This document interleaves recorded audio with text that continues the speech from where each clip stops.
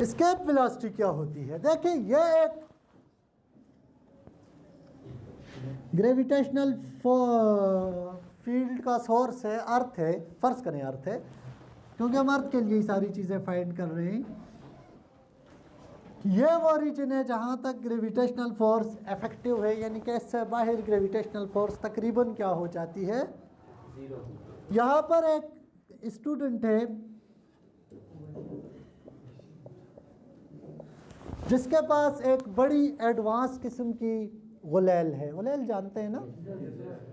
ठीक है, तो वो जो एडवांस किस्म की गुलेल है वो बहुत ज़्यादा उसकी कैपेसिटी है, यानी कि बहुत दूर तक वो पत्थर को, तो ये उसको वेलोसिटी देता है, ये यहाँ तक पत्थर जाता है, वापस गिर जाता है, फिर वेलोसिटी और ज़्यादा करता है, यहाँ तक जाता है, वापस आ जाता है, फिर और ज़्यादा करता है, यहाँ तक जाता है, फिर और ज़्यादा करता है, यहाँ तक, फिर और ज़्यादा करता है। एक टाइम ऐसा आता है कि इसको वेलोसिटी इतनी ज़्यादा देता है कि वो पत्थर यहाँ पहुँच जाता है। अब वापस आएगा? नहीं। तो ये है हमारे पास एस्केप वेलोसिटी क्या है कि वो कम से कम वेलोसिटी जो अगर आप किसी ऑब्जेक्ट को दो और वो ग्रेविटेशनल फील्ड से एस्केप वेलोसिटी कहलाती है। इससे ज़्यादा दोगे तो पक्की जाएगी, लेकिन इससे कम दोगे तो मिनिमम वेलोसिटी लिखो, the minimum initial velocity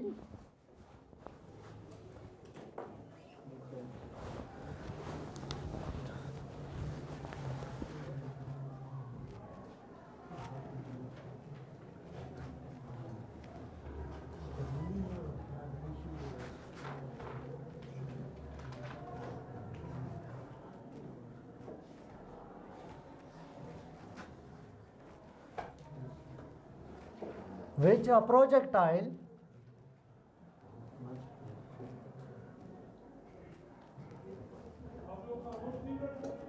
must have, which a projectile must have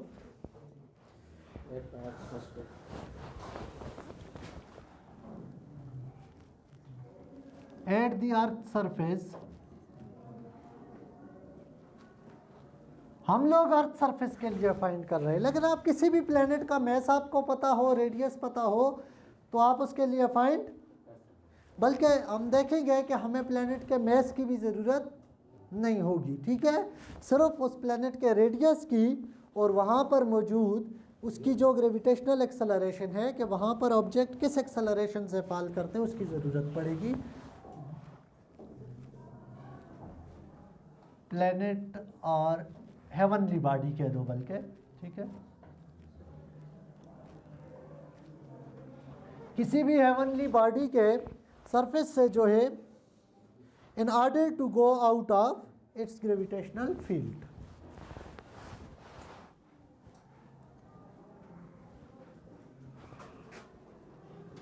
go out of its gravitational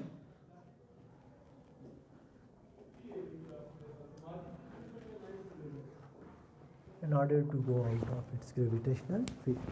तो ये वो वेलोसिटी है जो कि हम लोग ज़रा अर्थ के लिए फाइंड करेंगे। ठीक है, तो देखिए ग्रेविटेशनल फील्ड जो है वो इन्फिनिटी तक किसी भी ऑब्जेक्ट की एक्सटेंड करती है।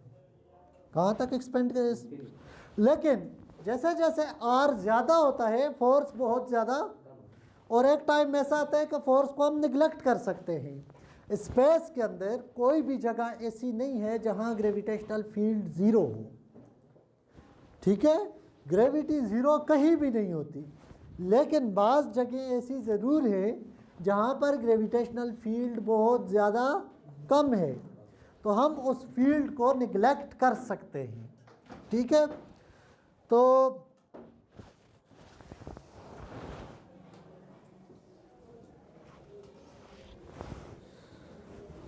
ग्रेविटेशनल फील्ड में से बाहर निकालने के लिए किसी भी ऑब्जेक्ट को कितना वर्क चाहिए?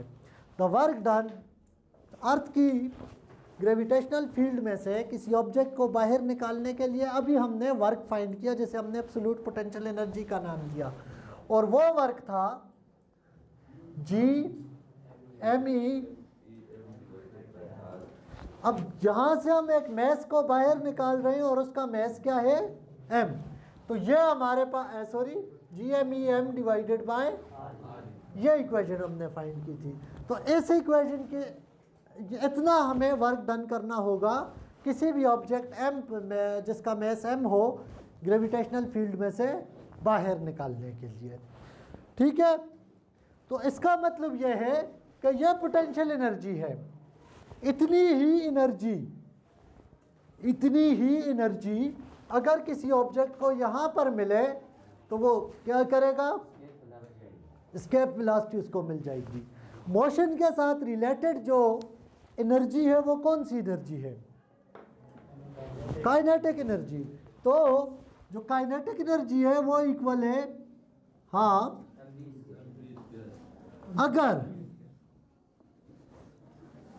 अगर इतनी काइनेटिक एनर्जी इस ऑब्जेक्ट को मिल जाए तो यह ग्रेविटेशनल फील्ड में से क्या करेगा, बाहर चला जाएगा। ठीक है, इसको उस गुलेल के साथ पत्थर को कितनी काइनेटिक एनर्जी देनी चाहिए, हाफ एम वी स्क्वायर के बराबर काइनेटिक एनर्जी। मैस उसका ऑब्जेक्ट है, वी उसकी, वी को हम फाइंड करेंगे वी क्या है। ठीक है, तो for object to escape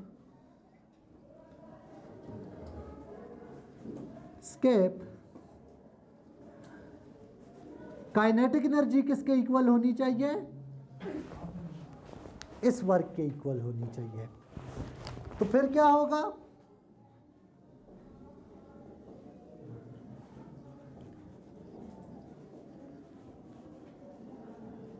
R E. ठीक है, ये एम एम के साथ कैंसिल हो जाता है और हमारे पास ये आ जाता है 1/2 V square is equal to G M E divided by R E. 2 को भी इस तरफ ले आए, V square is equal to 2g M E divided by R E.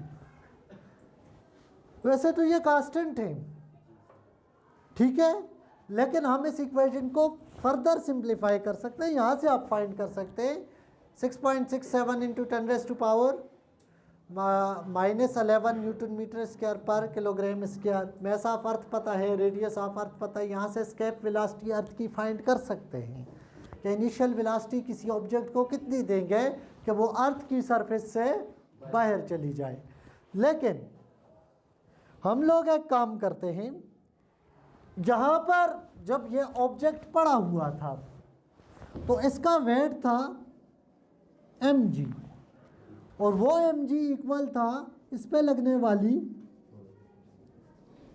Gravitational force के इक्वल आर ई स्क्वायर। क्योंकि ये अर्थ की सरफेस पे है इसलिए ये जो distance between centre of earth और ये है R E.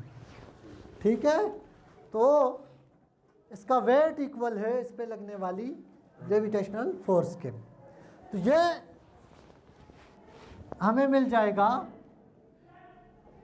W is equal to gravitational force या mg इज इक्वल टू, क्योंकि वर्क हमने वहाँ यूज़ किया हो fg, तो यह हमारे पास हो जाएगा mg is equal to g m e m divided by ये आर ई स्क्वायर है, इसको दोनों तरफ से r से मल्टीप्लाई करो तो आपको मिलेगा R E G is equal to G M E divided by R E. एक स्क्वायर और आर ई दूसरी तरफ से क्या हो जाएंगे, इसको इक्वेशन नंबर 3 कह दो, इसको 4 कह दो। इक्वेशन 3 में कहीं 4 यूज हो सकती है या नहीं, हो सकती है ना। ये जो आर ई जी है ये इक्वल है G M E divided by R E, तो 3 बन जाएगी V square is equal to 2 या वी इज इक्वल टू, ठीक है, 2 R E G. Radius of earth हमें पता है या नहीं? जी होता है 9.8 मीटर पर सेकेंड स्क्वायर। तो जो v है यह है स्केप वेलोसिटी। कौन सी वेलोसिटी? तो स्केप वेलोसिटी हमारे पास इक्वल होती है, ये वैल्यूज पुट करें, 11.23 मीटर पर सेकेंड।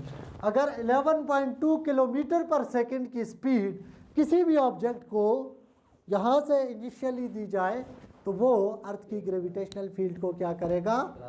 स्केप कर जाएगा। इसी तरह बजाय इसके अर्थ का कोई और ऑब्जेक्ट है, मून है, तो उसका रेडियस यूज़ करें, उसके लिए जी इक्वल होता है G gravitational acceleration on Earth divided by 6।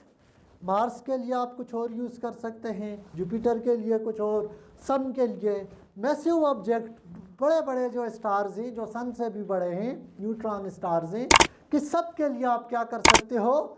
Escape velocity find कर सकते हो।